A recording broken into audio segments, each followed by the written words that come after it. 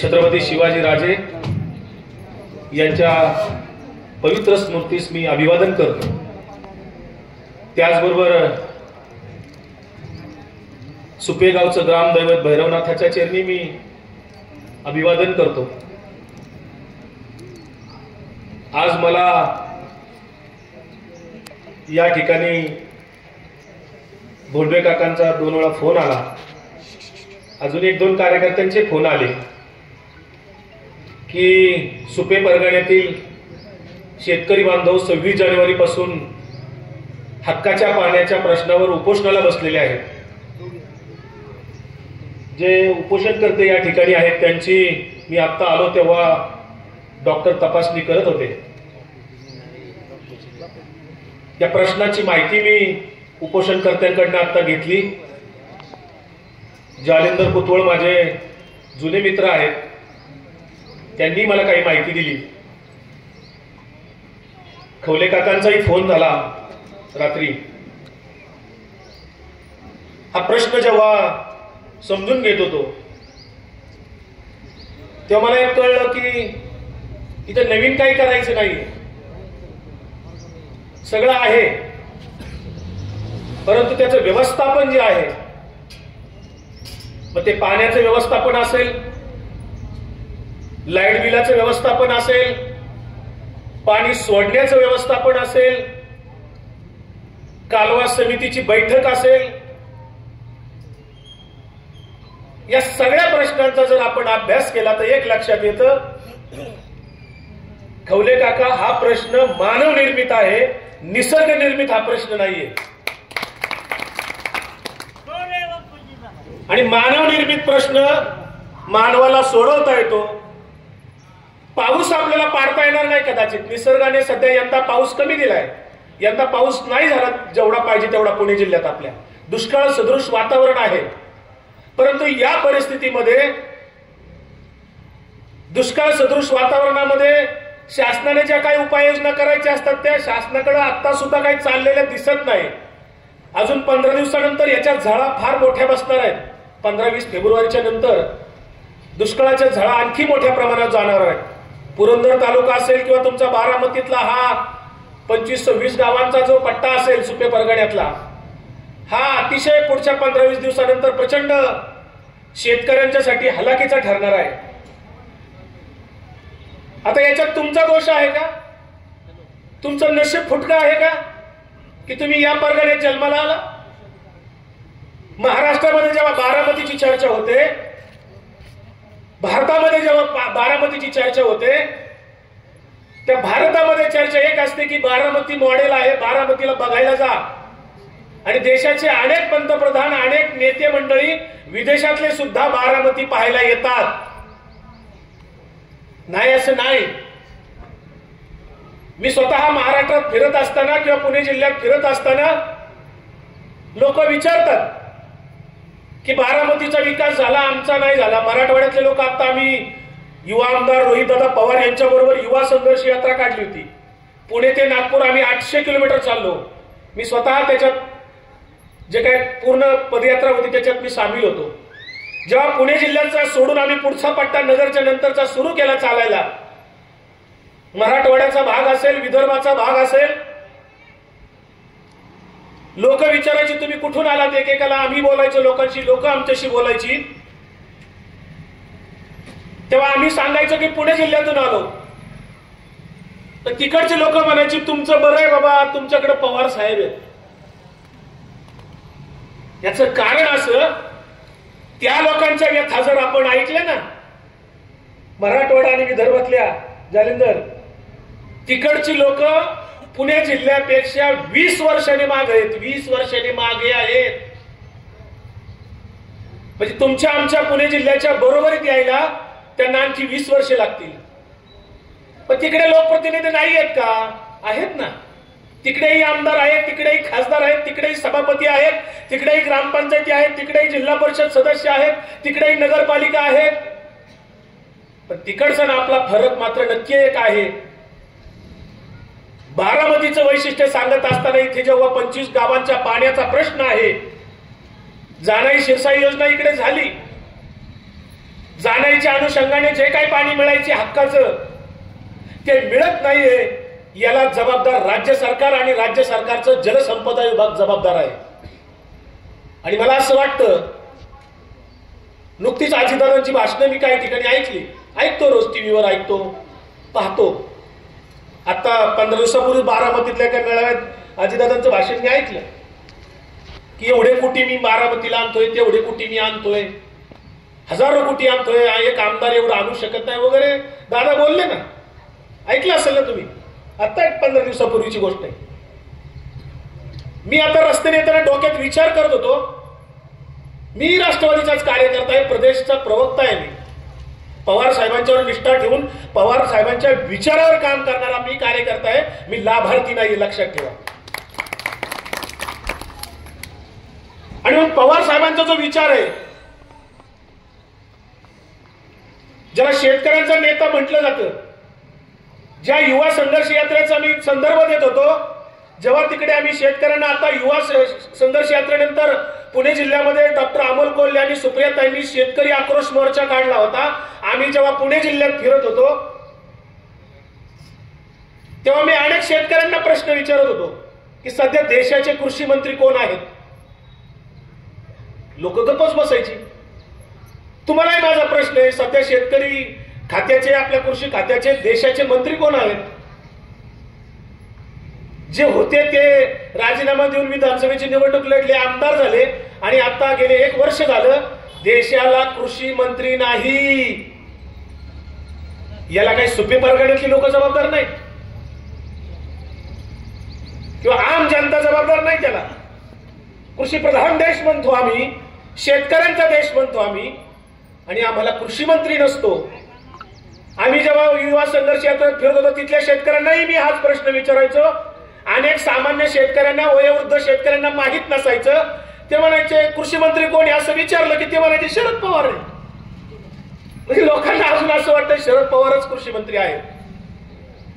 तुमच्या सर्वांच्या आशीर्वादाने पवार साहेब जेव्हा राष्ट्रीय पातळीवर काम करतात, कृषी मंत्री म्हणून, संरक्षण मंत्री म्हणून राष्ट्रीय पातळीवर काम करतात, तेव्हा बारामती तालुक्याच्या संदर्भामध्ये सुप्रियाताई तिकडे खासदार आहेत, राष्ट्रीय पातळीवरचे केंद्र सरकारच्या अनुषंगाने सुप्रियाताई काम करतात, पवार साहेब तिकडे राष्ट्रीय पातळीवर काम करतात, तालुका पातळीवर अजितदादांच्याकडे सगळी ही जबाबदारी आमदार म्हणून किंवा मंत्री म्हणून, पालकमंत्री म्हणून दादांनी सांभाळलेली आहे. मी रस्त्याने येताना तो विचार करत होतो की दादा इतके वर्ष पुणे जिल्ह्याचे पालकमंत्री आहेत, जलसंपदा खात्याचा कारभार दादांनी सांभाळलेला आहे. राज्याचे ते पूर्वी पूर्ण उपमुख्यमंत्री होते, आता अर्धे उपमुख्यमंत्री आहेत. कधी नव्हे ते 75 वर्षामध्ये अजितदादांचे उपमुख्यमंत्री झाल्यानंतर पंख कापलेत भाजपाने.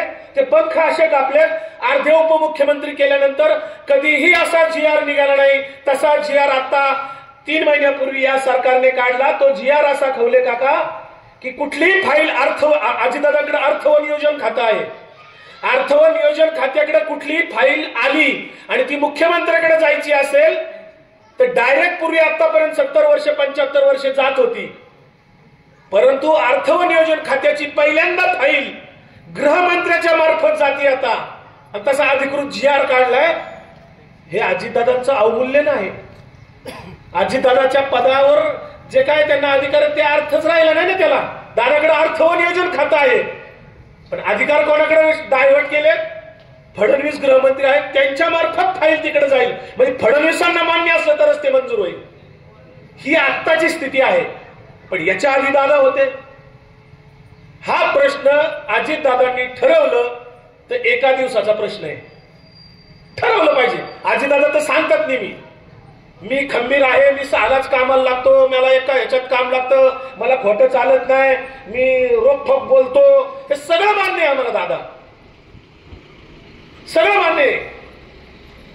मग हा 26-25 गावांचा प्रश्न कायमस्वरूपी बारामतीतला एक सातबाऱ्यावर जसा पोट खराब असतो, आपल्या सातबाऱ्यावर पोट खराब असतो ना, तसं बारामतीतला हा सुपे परगण्यातला पोट खराब अजितदादा तुम्हाला दिसला नाही का? का तुम्ही याची मीटिंग, आता उद्या मीटिंग आहे मला कळलं 30 तारखेला, आता तुम्ही उपोषणाला बसल्यावर दादांना कळलं का? एरवी दादांना इथं खट जरी वाचलं बारामतीमध्ये, आता इथं विकास लावंडे काय भाषण करतोय दादा, अर्ध्या तासात रिपोर्ट जाईल, हरकत नाही. मी मुळात वैचारिक पातळीवर काम करणारा कार्यकर्ता आहे, तात्विक पातळीवर काम करताय. वैयक्तिक माझी जगात आणि या महाराष्ट्रात कोणाशी दुश्मनी नाहीये, कोणाशीच नाही. पण मी तत्वानी राजकीय मुद्द्यावर, वैचारिक मुद्द्यावर स्पष्ट असलेला कार्यकर्ता आहे. मला वैचारिक स्पष्टता आहे. लोकप्रतिनिधी म्हणून त्यांची जबाबदारी असते. दादांनी याच्या पूर्वीच्या 2-3 निवडणुकीत आश्वासनं दिलेली आहेत या संदर्भात. मला वाटतं एकदा केव्हा तरी तुम्ही सुपी परगण्यातल्या लोकांनी मतदानावर बहिष्कार टाकण्याचा काहीतरी निर्णय घेतला होता, केव्हा तरी मला आठवतंय. झालं होतं ना. मग तुम्ही मतदान तर करताय.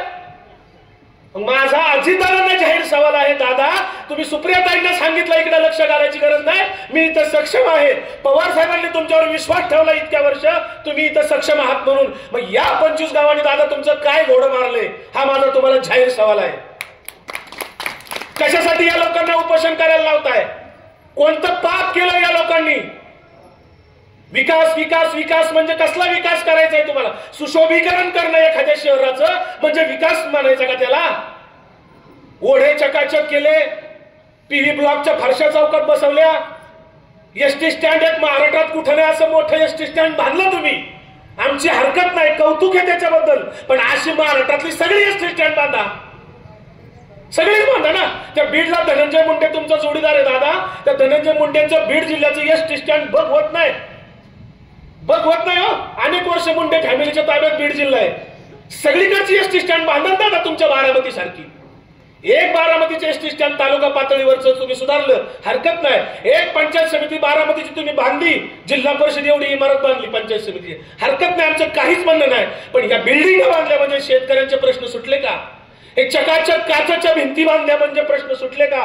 रस्ते चकाचक झाले असतील, पण शेतकऱ्याच्या पोटाला जर काय मिळणार नसेल, त्याच्या जनावरांना जर चाराच मिळणार नसेल, त्याची आयसलेली काळी आई जर पिकणार नसेल, शेती पिकणार नसेल, तर या बिल्डिंग इकडे काही बघत बसायचं का? या बिल्डिंग इकडे काही चाटायचे का आम्हाला?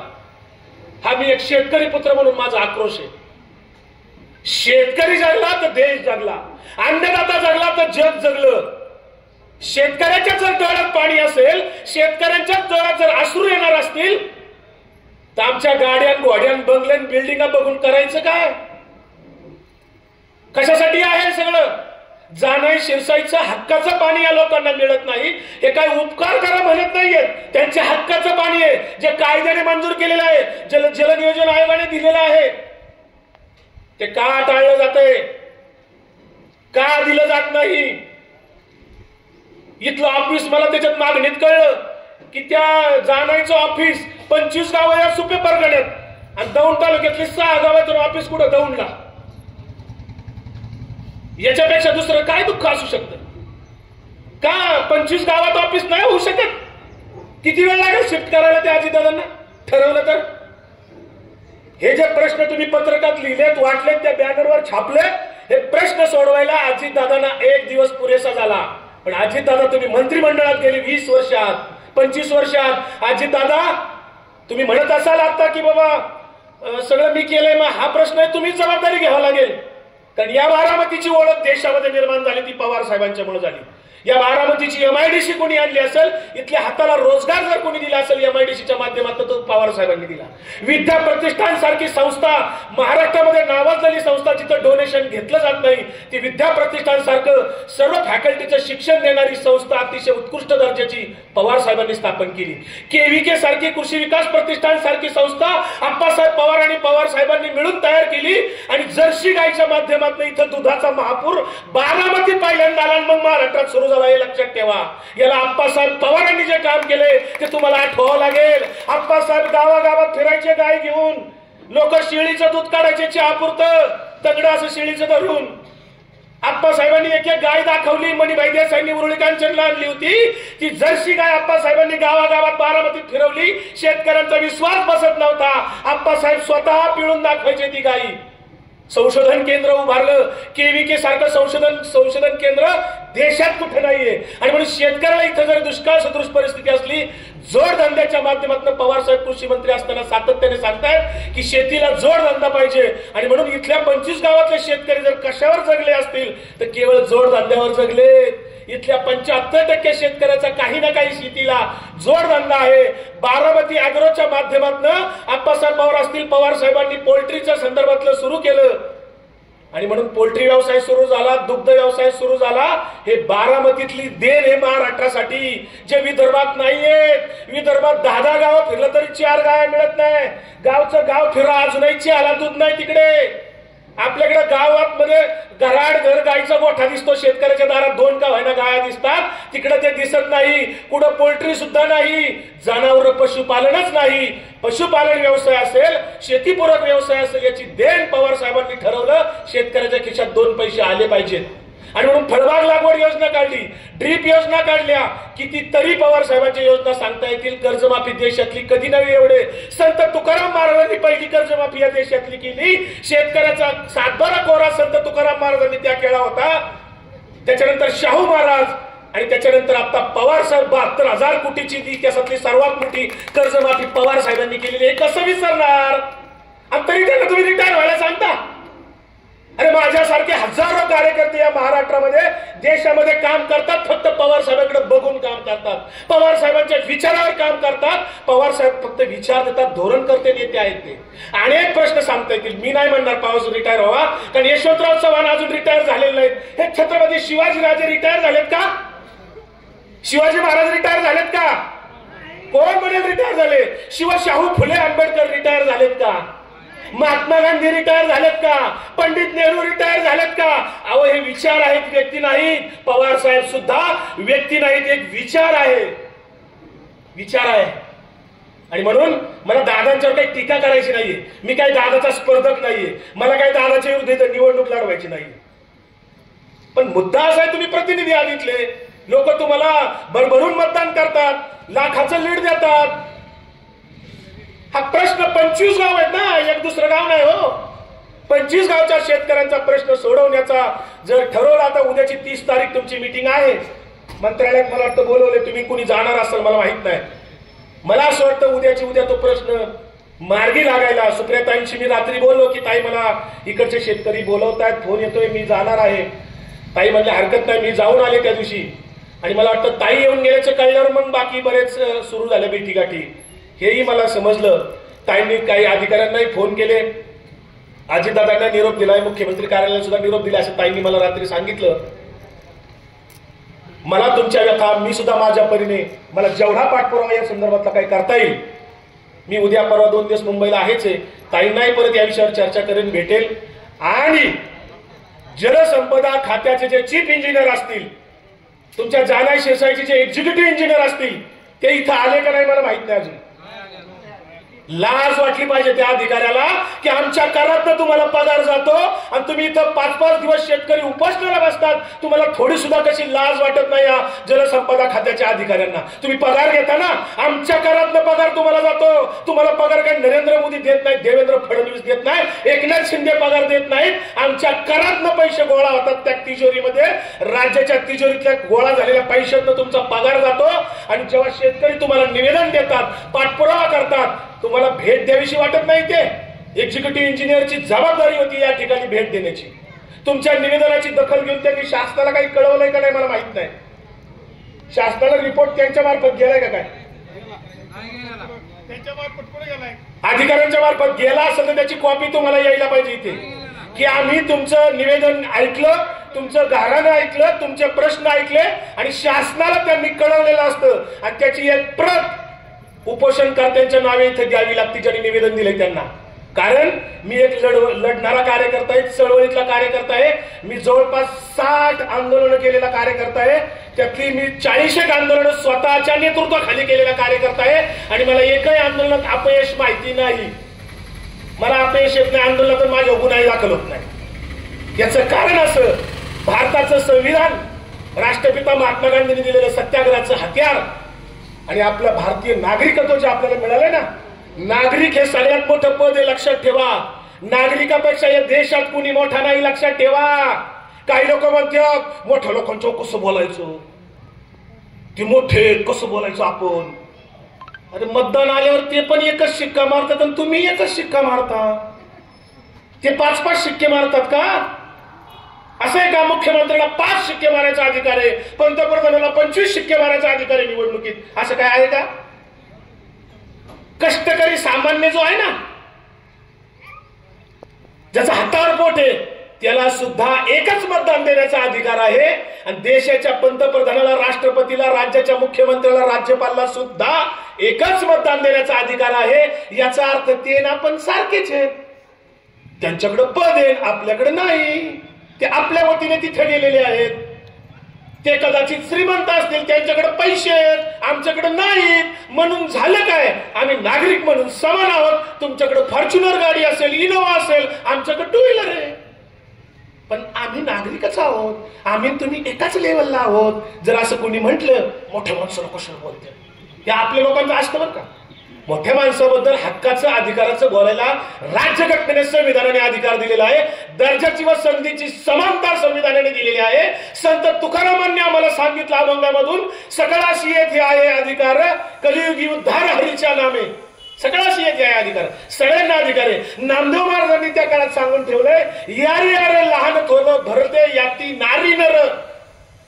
सगळे लहान थोर, सगळे या याती या, सगळ्यांना समान अधिकार आमच्या संतांनीच दिलेला आहे, आमच्या संविधानाने दिलेला आहे. फक्त आम्ही ज्येष्ठ आहेत, मानाने मोठे आहेत म्हणून व्यक्तिगत त्यांचा आम्ही आदर करू, पण आमचे प्रश्न जे हक्काचे ते मांडायला आम्ही येत किंचितही कमी पडणार नाही.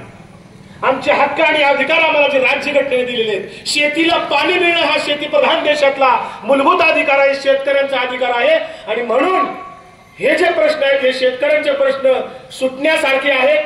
फार काय अवघड प्रश्न असे नाहीत, फक्त इच्छाशक्तीचा प्रश्न आहे. मी इथं उपोषणकर्त्यांशी बोललो, ते म्हणले काय नाव, इच्छाशक्ती नाही. फक्त त्या उपोषणकर्त्यांचं कौतुक केलं पाहिजे.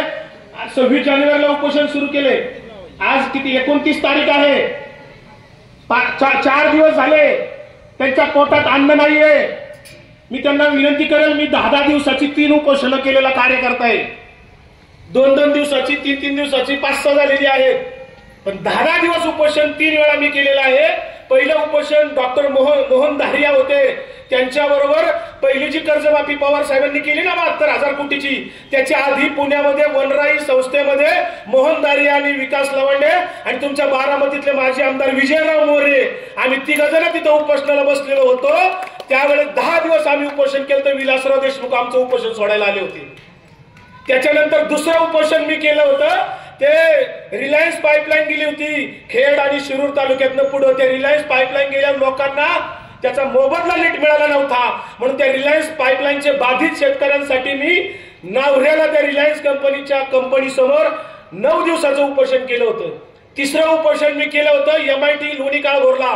तो डोम बांधलाय विश्वनाथकरांनी, तिथं देशातल्या सगळ्या विचारवंतांच्या आतमध्ये पुतळे बांधलेत, फक्त छत्रपती शिवाजी राजांचा पुतळा बांधला नाही त्यांनी. तो म्हणतो शिवाजी महाराज विचारवंत नव्हते, तत्वज्ञानी नव्हते, असं विश्वनाथ कराड म्हणला होता. त्याचा आम्ही पाठपुरावा केला, विश्वनाथ कराडवर मिटिंग केली, पण तरी त्यांनी मान्य केलं नाही. मग आम्ही शेवटी आंदोलन केलं, तरी ऐकलं नाही. शेवटी उपोषणाला बसलो. उपोषणाला बसल्यानंतर त्यांनी पवार साहेबांच्या माध्यमातून आम्हाला सांगितलं की मी बाहेर पुतळा बसवतो, गोड्यावरचा मोठा पुतळा बसवतो. आधी पवार साहेबांना सांगितलं की डोमच्या बाहेर शिवाजी महाराज असतील, मग ते ओलडून मग आतमध्ये जाता येईल. मग पवार साहेबांचा निरोप आला, विकास जाऊ दे, ते बाहेर बसवतात ते बसू दे विषय, त्याच्या म्हणण्यावर काय शिवाजी महाराजांचं महत्व ठरत नाही असं साहेबांनी सांगितलं. आम्ही ते उपोषण मागे घेतलं. तेव्हाही 10 दिवसाचं उपोषण मी केलेलं आहे आणि 1-2 दिवसाची बरीच झालेली आहे. आता परवा उद्याच्या 1 तारखेला मुंबईमध्ये आमचं ईडी कार्यालयासमोर मी स्वतः आणि माझ्याबरोबर अनेक जण 1 दिवस ईडीच्या निषेधार्थ उपोषणाला बसणार आहोत. रोहितदादा पवारांचे 1 दिवस पुन्हा त्यांना चौकशीला बोलवलेलं आहे. युवा आमदार आहेत, 12 वर्षापूर्वीचं प्रकरण काढले तेव्हा रोहित दादा नुकतेच कॉलेजमधून बाहेर आले होते, नवीनच व्यवसायात पडले होते. ते राजकारणातही नव्हते, प्रचारातही नव्हते, कुठंच नव्हते. जिल्हा परिषद सदस्य त्याच्यानंतर किती वर्षांनी झाले आणि आमदार तर आत्ता झाले, पण त्यांच्यावर सुद्धा चौकशी लावली, कारण ते पवार साहेबांच्या बरोबर थांबले, ते भाजपा बरोबर गेले नाहीत, म्हणून त्यांची चौकशी त्या दिवशी झाली 24 तारखेला. आता परत 1 तारखेला आहे, त्याच्या निषेधार्थ परवा परत आमचं 1 दिवसाचं उपोषण आहे. पण या शेतकऱ्यांचं जे उपोषणाला बसलेलं आहे यांचं या 25 गावासाठी खूप महत्व आहे. मी तुम्हा सगळ्या आया बहिणींना, शेतकरी बांधवांना नम्रपणाने सांगेल, तुम्ही जे आता काही साखळी उपोषण काही जण करत असतील इथे, या आजींचा व्हिडिओ पण मी काल पाहिला, मला मिळाला तो हाला सोशल मीडियात. अशा धडाडीच्या जिजाऊ माताच आहेत त्या. हे बोललंच पाहिजे. सुप्रियाताईंना काय राग बीग आला नाही. सुप्रियाताईंनी यांचं कौतुक केलंय की असा प्रश्न विचारणारे पाहिजेतच ना. नुसतं मुंडी अरे हा कसं काय, हा काय रे गणप्या कसं, पाटील तुम्ही म्हणताल तसं, काय रे गणप्या कसं, पाटील तुम्ही म्हणताल तसं. मी एका भाषणात सांगितलं पवार साहेबांनी कार्यकर्ते तयार केले, पण बारामतीत 12 मुकदम तयार झाल्यात नव्याने. मुकादम म्हणजे काय, वरच्याला मुकान खालच्याला दम, त्याला मुकादम म्हणतात. कार्यकर्ते नाहीच. त्यामुळं अशा पद्धतीने तुम्ही सगळे कार्यकर्ते आहात. कुणी गाव पातळीवर काम करतंय, कुणी तालुका पातळीवर काम करतंय. तुम्ही सगळे अनुभवी लोक आहात, शेतकरी लोक आहात. पवार साहेबांना तुम्ही माझ्यापेक्षा जास्ती ओळखता, कारण तुम्ही त्यांना इथून नेतृत्व करून देशावर संधी दिलेली आहे. आम्हीच्या काळात लोकसभेला आमचा हवेल तालुका पूर्वी होता, नंतर आम्ही शिरूर मध्ये गेलो. मी हवेल तालुक्यातला आहे. आमचा लोकसभा आता डॉक्टर अमोल कोल्ह्यांचा आहे. तुमच्याकडे आता सुप्रियाताई संसद रत्न आहेत 7 वेळा आणि 2 वेळा संसद महारत्न. महाराष्ट्रात एकही खासदार नाही असा, एकही. 48 खासदारापैकी फक्त सुप्रियाताई आहेत 7 वेळा संसद रत्न आणि 2 वेळा महासंसद रत्न ठरल्या. इतकं सुंदर काम संसदेत त्या करतात. तालुका पातळीवरचं हे जे काम आहे जे राज्य सरकारच्या हातात आहे ते अजितदादांकडे होतं आणि तीच जबाबदारी अजितदादांची आहे. मी अजितदादांना या सभेच्या माध्यमातून नम्रपणाने विनंती करतो, दादा या शेतकऱ्यांचा आत्म्याची तळमळ नका घेऊ. या शेतकऱ्यांच्या ज्या शेतीचा पाण्याचा प्रश्न आहे दादा, तुम्ही तो सोडवा. राजकारणाचं काय व्हायचं ते होईल. काय राजकारणात घडामोडी रोजच चालू आहे. आता काल ते नितीश कुमार बिहारचे बघितले तुम्ही, 50 वेळा त्यांचं नावच बदललं लोकांनी. आता पलटूराम नाव ठेवले त्यांचं. किती वेळा पलटी मारायची, एकदा इकडे. आता सकाळी 12 वाजता राजीनामा दिला, लालू प्रसाद यादवच्या पाठिंब्यावर होता. ते 12 वाजता पाठिंबा काढला म्हणून राजीनामा दिला आणि 4 वाजता परत यांच्या पाठिंब्यावर मुख्यमंत्री झाले. म्हणजे एकाच दिवसात राजीनामा पुन्हा शपथ दिली यांच्या हे काय, हा राजकारणातला स्तर घसरल्याचं लक्षण आहे. पूर्वीचं राजकारण असं नव्हतं. पवार साहेबांच्या काळातलं किंवा जुनं राजकारण जे आहे हे तत्वानी होतं, नीतिमत्तेने होतं. कुठेतरी विचार आचार असतात हो. सगळं काढून डोक्याला गुंडाळलं तर कसं व्हायचं. हा कसा गावगाडा चालेल, कसा देश चालेल, कसं राज्य चालेल. आणि म्हणून या ठिकाणी महिला सुद्धा मोठ्या संख्येने उपस्थित आहेत. महिला जेव्हा सहभागी असतात तेव्हा कुठलंही आंदोलन सक्सेस झाल्याशिवाय राहत नाही. कारण या जगातला इतिहास आहे. भारताच्या स्वातंत्र्य लढ्यामध्ये तुम्हाला माहिती नसेल, भारताच्या स्वातंत्र्य लढ्यामध्ये जेवढे पुरुष सहभागी होते, 1942चं चले जावचं जे आंदोलन झालं जालिंदर, त्या चले जावच्या आंदोलनामध्ये जेवढे पुरुष होते तेवढ्याच या देशातल्या सर्वसामान्य मायबापड्या महिला गांधीजींच्या नेतृत्वाखाली सामील होत्या. हजारोच्या लाखोच्या संख्येने महिला आपला पदर खोचून त्या आंदोलनात होत्या आणि ब्रिटिशांना सांगत होत्या चले जाओ. पण इथल्या महिलांचा सहभाग हा मला खूप आशादायक वाटतो. महिला जेव्हा पदर खोचून येतात, जेव्हा बांगड्या मागे सारून येतात ना, तेव्हा पुरुषांना लाजवेल असं काम महिलांच्या हातून घडत असतं. कारण या देशातल्या अनेक उदाहरणं आपल्याला देता येईल. राजमाता जिजाऊंपासून अहिल्याबाई पासून अनेकांची उदाहरणं देता येईल. अहिल्याबाई होळकरांचा इतिहास खूप मोठा आहे. ताराराणीचा इतिहास खूप मोठा आहे. शंभूराजे गेल्याच्या नंतर ताराराणीने राज्य चालवलं किती वर्ष. औरंगजेबाला झुलवत ठेवलं होतं. त्या महिला इथे सहभाग देतात याचा अर्थ प्रश्न खरा आहे. हा प्रश्न रास्त आहे. ज्येष्ठ नागरिक इथे 50 वर्षाच्या 60 वर्षाच्या पुढच्या अनेक जण इथे सहभागी आहेत. यांना मी कसं म्हणू तुम्ही रिटायर व्हा. ते रिटायर नाही होणार. जोपर्यंत या देशाला शेती आहे तोपर्यंत शेतकरी कधी रिटायर होत नसतो. फार शेवटच्या श्वासापर्यंत शेतीची काळजी करत असतो, जनावरांची काळजी करत असतो. शेतकरी कधी रिटायर होत नसतो. आणि म्हणून काळे आई त्या ठिकाणी जेव्हा आपली उपाशी आहे, पाण्या वाचून पाणी डोळ्यात एकटा जातंय, मिळत नाही, बाजूला मिळतं, तिकडे मिळतं, इकडे सवडीव सोडलं जातं, सीजन बघून सुद्धा सोडलं जात नाही. लाईट बिल शेतकऱ्यालाच भरायला लावताय आणि नको तिकडे पैसे खर्च करता तुम्ही. तिकडे यात्रा भरवली, अहो मंदिर बांधून. आमचा प्रश्न इथं शेतकऱ्याला, अहो सावतामाळ्याने सांगितलं कांदा मुळा भाजी, अहो घी विठाई माझी माऊली. सावतामाळ्याने मंदिर नाही बांधलं. पंढरपूर पासून 35 किलोमीटरवर सावतामाळी, पण एकदाही पंढरपूरला गेले नाहीत. वारकरी म्हणायचे चला की सावता बाबा. सावता बाबा म्हणायचे कांदा मुळा भाजी, अवघी विठाई माझी माऊली आहे, माझी ह्याच्यातच माऊली विठ्ठल आहे. आणि म्हणून एकमेव संत सावतामाळी ज्याच्याकडे पांडुरंगाची पालखी जाते नंतर, माहितीये ना. लोक जेव्हा ज्ञानोबा तुकारामाची पालखी माघारी फिरते, नंतर पांडुरंगाची पालखी तिकडे जाते सावतामाळींना भेटायला. आरण गाव आहे आरण. मला सांगायचं तात्पर्य एवढं की संतांनी आमच्या कुठल्याही आम्हाला सांगितलं नाही. तुकाराम महाराजांनी सांगितलं, जे का रंजले गांजले त्यासी म्हणे जो आपुले, तोची साधू वळखावा देव तेथेची जाणावा. देव माणसात म्हणून सांगितलं. आणि मग आम्हाला इथं मंदिराच्या आरत्या करा, तिकडं चलान, टाळ्या वाजवान, थाळ्या वाजवान, काही सांगितलं जातं. करोडो रुपये त्याच्यावर खर्च केले जातात. आणि इथं शेतीसाठी पाण्यासाठी लोकांना लाईट बिल पदर भरायला लावता. घोषणा केल्या होत्या एकेकाळी की शेतीला मोफत वीज पुरवठा करू, मोफत जाऊ द्या हो, आहे तो तरी नियमित करा. या योजनेचं बिल सरकारने भरायला अडचण काय? जाहिरातीवर कोट्यवधी रुपये खर्च करतात. सरकार आपल्या दारी, शासन आपल्या दारी जो कार्यक्रम आहे ना, एका कार्यक्रमाला तुमचं 3 वर्षाचं लाईट बिल भागल एवढा खर्च होतोय. गरज आहे का त्याची? अनावश्यक खर्च तुम्ही जाहिरातीवर करता शासनाचा, तो अनावश्यक खर्च टाळून शेतकऱ्यांचे प्रश्न सोडवण्यासाठी तो खर्च करायला पाहिजे. शेती पिकली तर सगळं पिकणार आहे, जग जगणार आहे. ही एवढी विनंती या ठिकाणी मी करतो. माझा या लढ्याला पूर्ण पाठिंबा आहे. मी या जलसंपदा खात्याच्या अधिकाऱ्यांना सुद्धा तुमच्या वतीने मी निवेदन द्यायचा तो प्रयत्न करेल. तुमचा हा प्रश्न सोडवणं जलसंपदा विभागाची जबाबदारी आहे. पालकमंत्री म्हणून अजितदादांची जबाबदारी आहे. या तालुक्याचे लोकप्रतिनिधी म्हणून सुद्धा अजितदादांची जबाबदारी आहे. आणि ते उद्याच्या मीटिंगमध्ये चांगला निर्णय घेतील अशी मी अपेक्षा ठेवतो. कारण असं म्हणतात दादा कामाचे, तर बघू उद्या काय होते, अशी मी आशा ठेवतो. माझा सोलपेवरम देऊन ठेवतो, कारण माझं कधीच संपत नाही. मी 5 वाजेपर्यंत पण बोलू शकतो.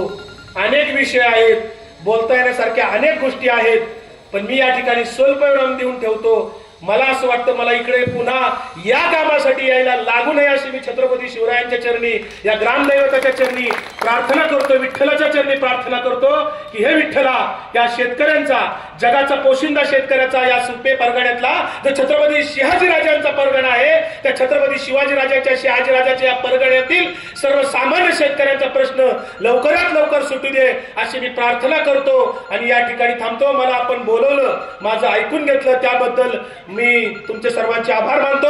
मला कुणाचंही मन दुखवायची इच्छा नव्हती. जर कुणाच्या भावना काय माझ्या बोलण्यात दुखावल्या असतील तर त्याला माझा नाईलाज आहे, कारण ते हक्क आणि अधिकाराचं मी बोललोय, संविधानाचं मी बोललोय. बाकी माझं वैयक्तिक कोणाशी दुश्मनी नाही. एवढंच या ठिकाणी थांबतो आणि ह्या लढ्याला यश मिळो अशी पुन्हा एकदा प्रार्थना करतो. जय हिंद, जय महाराष्ट्र. धन्यवाद विकासजी.